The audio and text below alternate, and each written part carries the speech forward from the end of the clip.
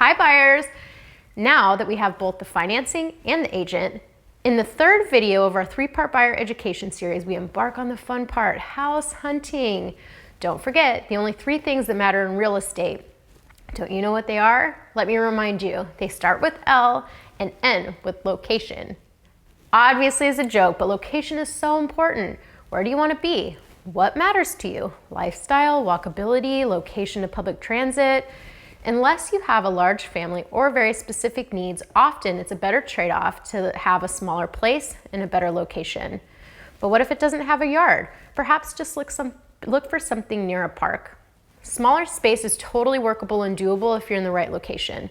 This is specifically important in areas like California and New York, where space is scarce and traffic has to be taken into consideration because it cuts into your quality of life.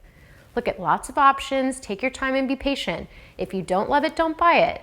When you finally find the home of your dream, educate yourself on the comps and the overall market so that you can understand and feel good about pricing. Go over comps with your agent and ask questions. This way you can rest assured that you're getting a good deal. If you think that the price is too high and the market comps support that, don't be afraid to submit an offer at a lower price and negotiate. The worst thing a seller will ever say is no.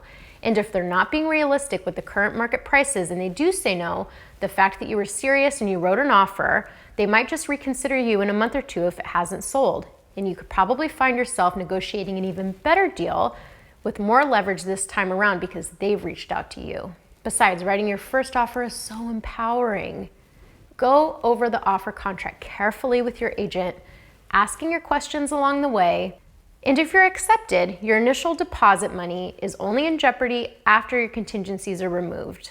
You are allowed plenty of time for your buyer due diligence with minimal financial risk.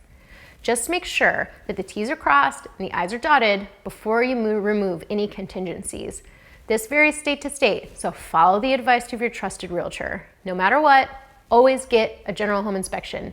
If the seller pushes back on this, to me, is a huge red flag. You're better off walking away than buying a home with foundation problems, mold issues, plumbing, list goes on. And also, depending on the area, you might need specific additional inspections like soil or termite.